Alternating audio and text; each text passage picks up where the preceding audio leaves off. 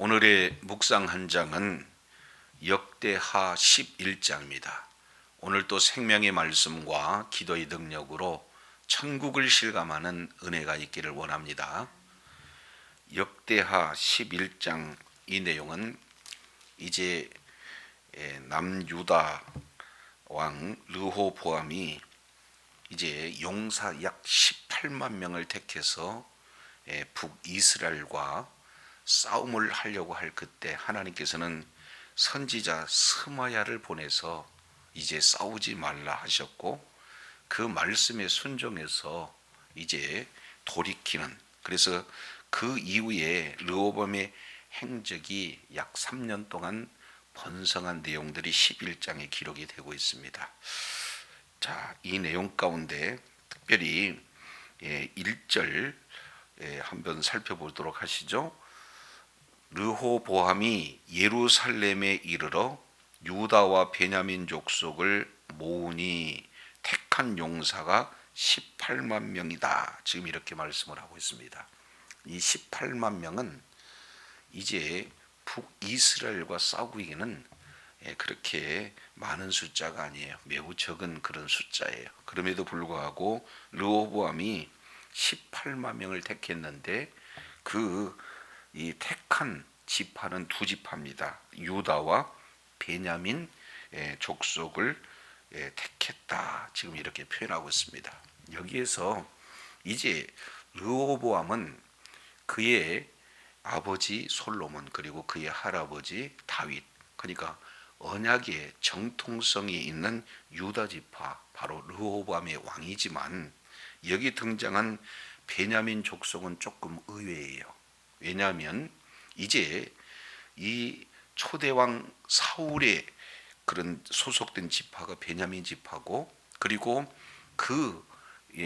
이대 왕으로 다윗이 세워졌기 때문에 얼마든지 베냐민 지파는 유다 지파에 대한 반감이 있을 수 있잖아요. 그런데 열 지파가 북이스라엘 지파의 그런 어떤 중심에 서고, 그리고 그와 반대로 유다 지파에 지금 베냐민이 함께 속해 있던 그런 모습들을 보게 되죠. 그래서 전쟁을 하고자 했을 때 출전했던 그 지파 중에 베냐민 족속에 지금 속해 있다라는 사실을 볼 수가 있습니다. 자, 그러면 여기서 베냐민 지파의 내용을 조금 더 살펴본다면은 지금 현실적으로는 다윗과 이제 나름대로의 각이 세워지는, 반목할 수 있는 그런 어떤 상황에 놓여 있어요.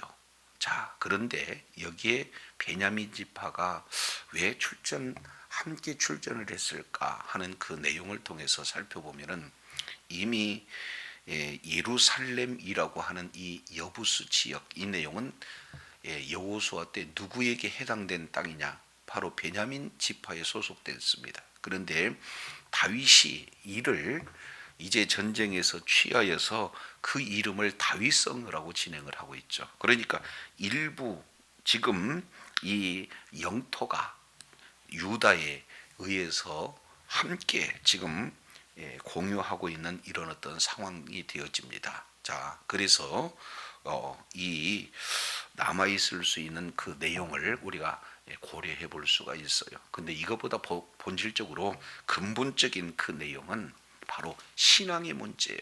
신앙의 정통성입니다. 그래서 이 예루살렘은 바로 이 정치 중심지가 되어지고 무엇보다도 종교의 중심이 되어져요. 하나님의 이름이 머무는 바로 성전이 있는 그런 어떤 곳이기 때문에 성전을 떠나지 않겠다는 것이 바로 궁극적인 내용이 되어집니다. 그래서 이 베냐민 족속 이 내용을 통해서 유다와 함께 있는 것은 바로 언약 안에 함께 있는 내용이고, 바로 이제 하나님의 안에 함께 지금 교제하는 그런 내용이다라는 것을 살펴볼 수가 있습니다. 그래서 이제 르호보암이 유다, 베냐민 족속 이들을 모았어요. 그리고 그 모은 택한 용사가 18만 명이 되었습니다. 자, 그런데 누구하고 싸우려고 하는 겁니까? 이스라엘과 싸우려고 하고 있다. 그러니까 굉장히 내전 위기가 지금 임하고 있는 그런 내용이에요. 그러면 왜 이스라엘과 싸우려고 했을까? 그 하반절 내어보니까 나라를 회복하여 르호보암에게 돌리려고 하였다. 지금 이렇게 표현을 하고 있습니다. 그러니까 이 르호보암이 가지고 있는 그 생각은 이제 자신을 배반했던 열 지파와 싸워서 다시 이제 그 여로보암에 속한 그런 나라로 돌리는 것이 회복이다. 그런 이렇게 생각을 하고 있는 것을 보게 되죠. 이것은 큰 착각이고 결국에 잘못된 결정이다라는 사실을 이렇게 살펴볼 수가 있어요. 왜냐하면 2절에 하나님의 사람 스마야를 통해서 그것이 하나님의 뜻이 아니다라는 것을 말씀하고 있기 때문입니다. 오늘날도 우리들은 각각 좁게는 가정에서 그리고 조금 더 확대해서는 이 교회 내부에서 내 의견이 맞지 않아서 서로 이제 분쟁이 있고 또 언쟁을 이렇게 하는 그런 경우가 너무 많습니다. 그래서 내가 생각했을 때 내 의견이 이제 관철되는 것이 바로 회복이다라고 거의 대부분 사람들은 이렇게 말씀을 생각을 하고 있는 거죠. 그러나 진정한 회복은 어떤 내용입니까? 말씀이 기준으로 하나님의 뜻이 이루어지는 것이 회복이 아니겠습니까? 그런데 르호보암 생각했을 때 그들이 다시 이 르호보암의 통치 가운데 들어오는 것이 회복이다.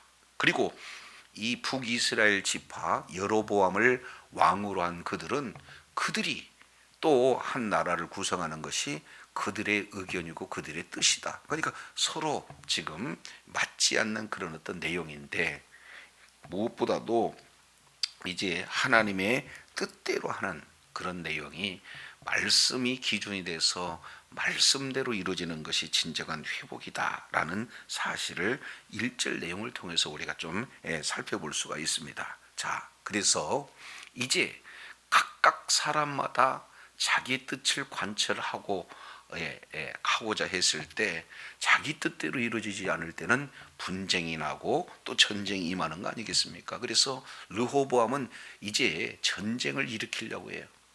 이제 동족 상잔의 큰 비극이 지금 임할 수 있는 국가적인 아주 엄청난 위기가 지금 나타나고 있는 것을 보게 됩니다. 이것은 이 르호보암의 잘못된 착각에서 비롯됐다는 것을 볼 수가 있어요. 자, 그래서 하나님께서 개입하십니다.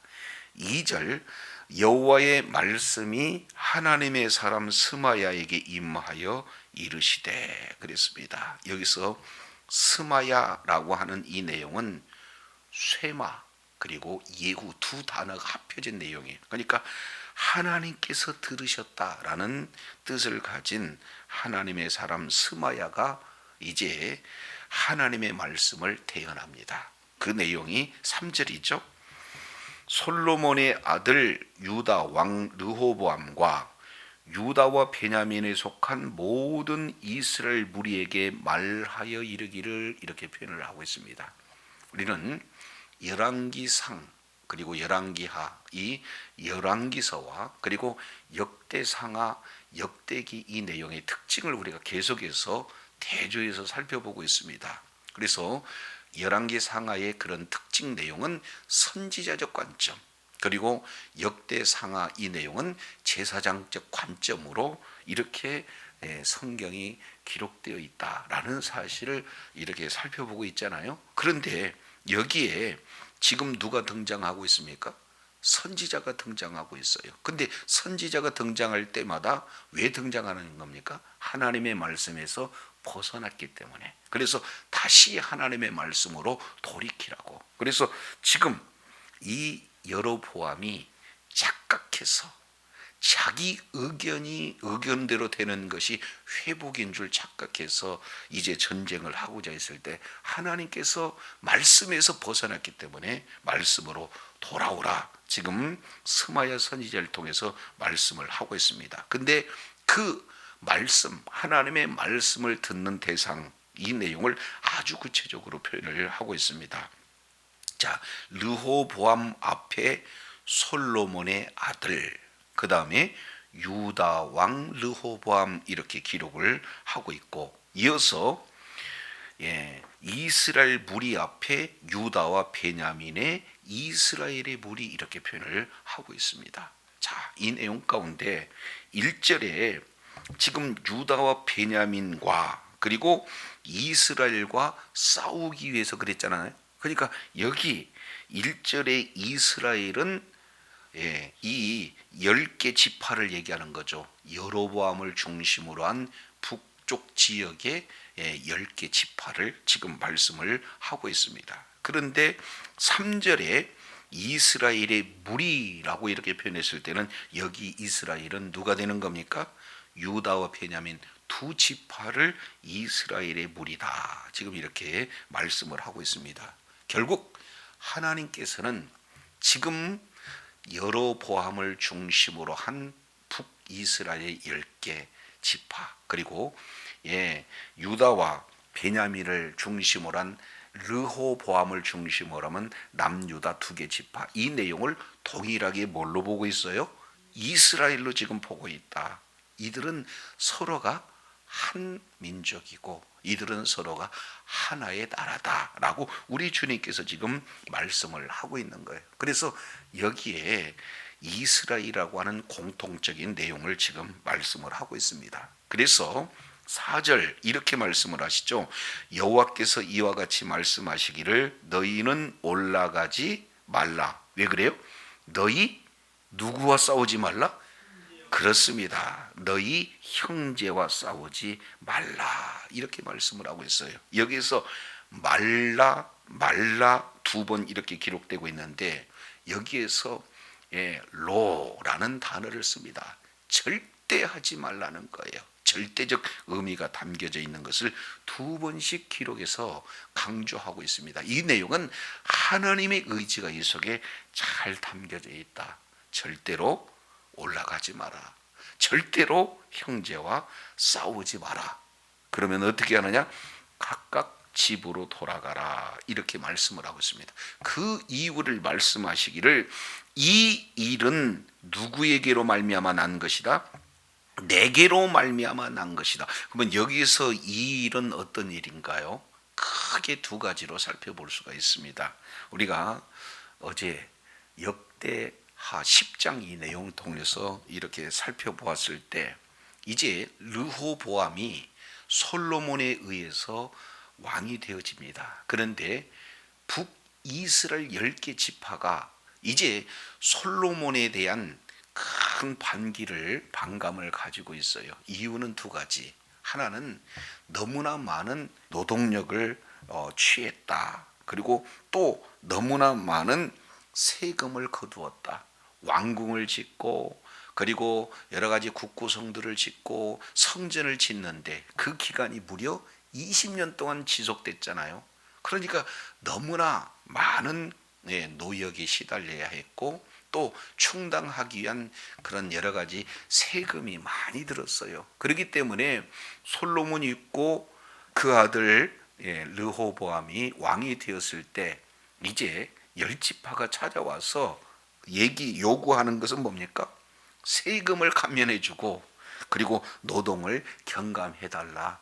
그렇게 됐을 때 당신을 왕으로 섬기겠습니다. 그런데 르호보암이 이 내용에 중차대한 이 문제를 가지고 국가의 원로들에게도 묻고 그리고 자기와 함께 자랐던 신진 관료들에게 물었는데 누구의 의견을 따랐습니까? 신진 관료들의 의견을 따랐어요. 국정 경험이 없고 지혜가 없는, 그래 사람이 듣기 좋아하는 그런 말만을 했던 그런 자기와 함께 자랐던 그런 사람들의 말을 듣는 그 결과 어떻게 됩니까? 국가에 큰 위기가 찾아왔습니다. 이제 아주 견고한 통일 왕국이 결국에는 나누어지는 그런 결과가 초래됐죠. 근데 근원을 따지고 보면 왜 그랬습니까? 솔로몬이 초창기에는 이제 선정을 베풀다가 마지막 후반기에 우상 숭배에 빠짐으로 말미암아 그 원인이 진행이 된 거 아니겠습니까? 자, 그래서 이제 솔로몬의 영향으로 우상 숭배로 타락한 그 결과 하나님께서는 이제 열왕기상 11장 28절 이하 우리가 이미 찾아본 내용이에요. 그래서 선지자를 통해서 이제 나라 두 개로 나누겠다 이렇게 말씀을 하고 있는 겁니다. 그러니까 이 일은 바로 솔로몬의 타락으로 나라가 나눠진다. 그것은 네 아들 때 나눠진다 하는, 그러니까 이 일은 하나님의 예언대로 이런 일이 이루어졌다라는 것을 볼 수 있게 되어집니다. 그러니까 이 북이스라엘의 10지파의 배신은 이것은 하나님의 허용하에 이런 일들이 이루어진 거다라는 것을 볼 수 있고, 두 번째 내용을 통해서 보면은 왜 이런 일이 이루어졌는가, 이 3일 후에 다시 와라 했을 때 결국에는 하나님께서 르호보암에게도 어떻게 돼요? 기회를 줬는데 그가 택한 것은 지혜로운 결정입니까? 어리석은 결정입니까?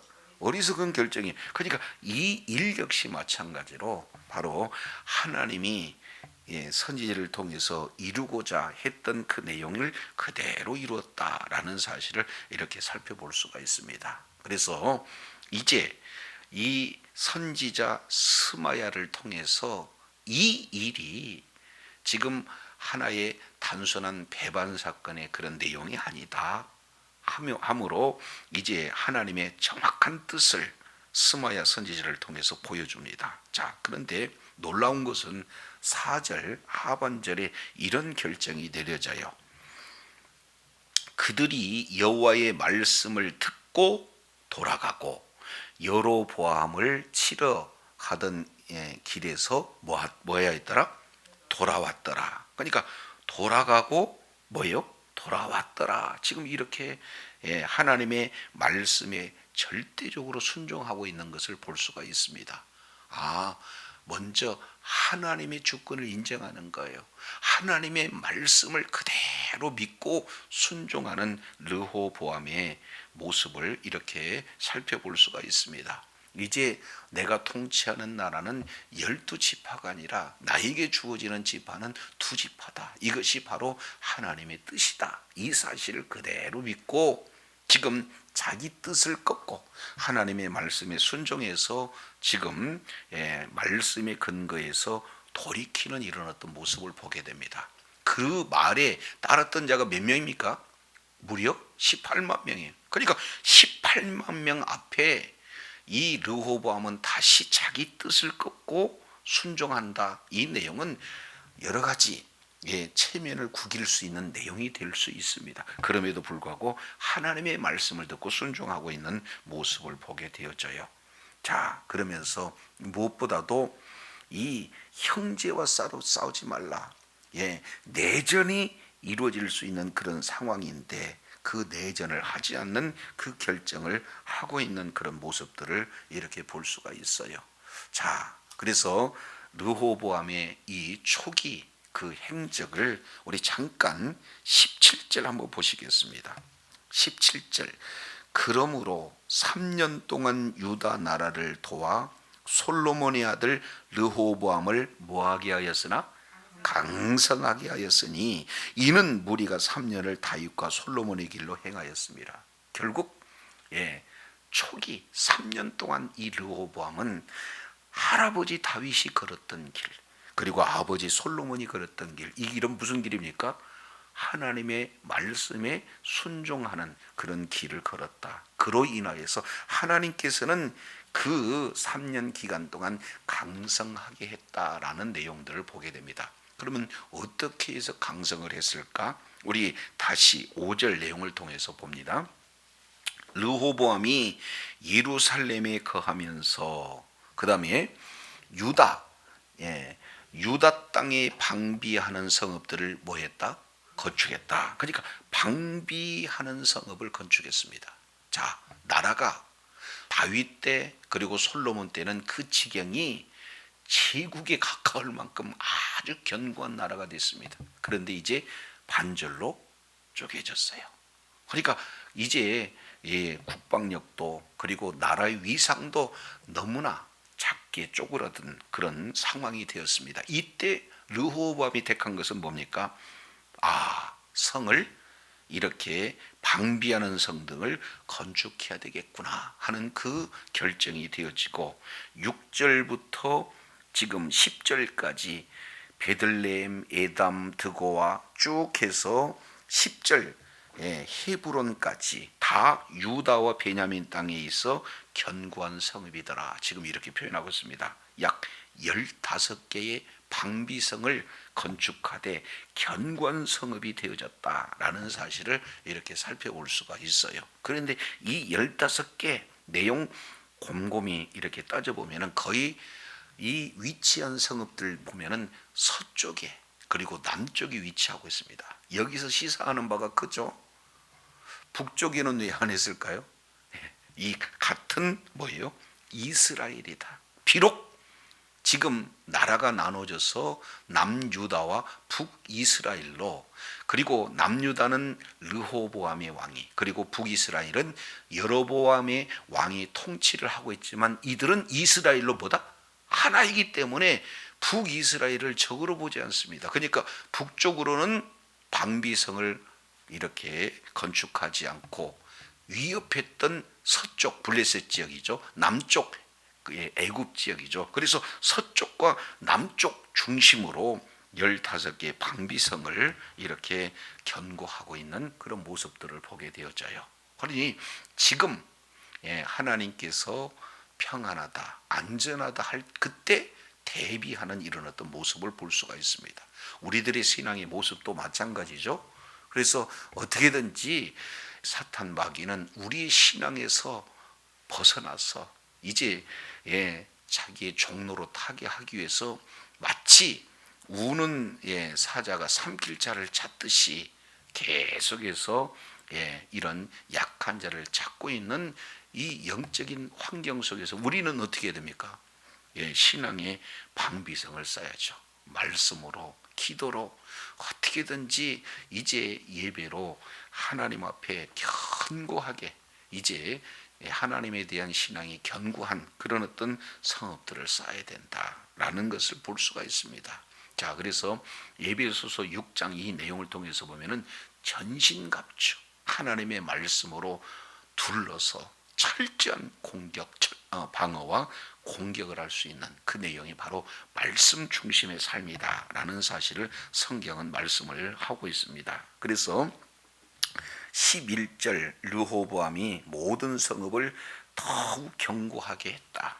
성만 견고한 게 아니라 그 견고한 성읍에 장관도 두고 그리고 양식들을 아주 잘 비축을 하게 돼서, 그리고 여러 가지 창거 방패 무기를 둬서 심히 강하게 대비하는 이 지혜로운 르호보암의 모습을 이렇게 살펴볼 수가 있습니다. 자, 그 결과 시간 속에서 북이스라엘 10지파가 이제 이런 반역을 해서 나라를 세웠지만 서서히 제사장과 레위 사람들이 르호보암에게 돌아오는 그런 어떤 모습들을 이렇게 볼 수가 있습니다. 그 결과 17절 하나님께서는 하나님의 말씀대로 순종했던 그 말씀대로 걷고자 했던 이 르호보암을 하나님께서 크게 강성하게 되는 그런 어떤 결과를 이렇게 말씀하고 있어요. 그래서 오늘 역대하 11장 이 내용을 통해서 정말로 이제 각각 내 의견도 있고 그리고 상대방 의견도 있어요. 근데 우리는 각각 내 의견이 관철되는 것이 결국 회복이다라고 해서 여러 가지 분쟁이 있을 수 있습니다. 이럴 때 중요한 것은 내 뜻보다도 하나님의 뜻이 기준이 되었대. 바로 그 말씀에 순종하게 되어지면 우리 하나님께서는 그를 통해서 참으로 존귀하게 이렇게 강성하게 우리 하나님께서 쓰신다는 사실을 르호보암을 통해서 교훈을 받습니다. 또한 이제 하나님께서 이런 은혜를 베풀어 주시고 순종할 때 그에게 주신 지혜는 뭡니까? 지금 평안하다, 안전하다고 할 때 언제든지 이렇게 나라를 위협에 빠뜨릴 수 있는 외적이 있다는, 이런 침략이 있다라는 사실을 깨닫고 방비하는 이런 어떤 신앙들의 모습들을 보게 됩니다. 그랬을 때 서서히 떠났던 그런 자들이 돌아옴으로 말미암아 하나님의 도우심으로 강성해지는 은혜가 주어진다는 사실을 우리가 살펴볼 수 있죠. 그래서 날마다 삶의 그런 어떤 여정 속에서 어떻게든지 하나님의 말씀이 기준이 되고, 그 말씀에서 벗어났을 때 하나님의 말씀을 통해서 다시 한번 말씀으로 돌이킬 수 있는 그 음성에 순종해서 이제 늘 하나님의 도우심으로 말미암아 강성한, 그리고 더욱더 하나님의 지혜로 견고한 그런 신앙의 방비를 함으로 하나님 앞에 끝까지 영적 전쟁에서도 승리하고 하나님의 뜻을 이루며 하나님 앞에 존귀하게 쓰임받는 주의 자녀들이 다 되시기를 예수 이름으로 축원합니다. 기도하겠습니다.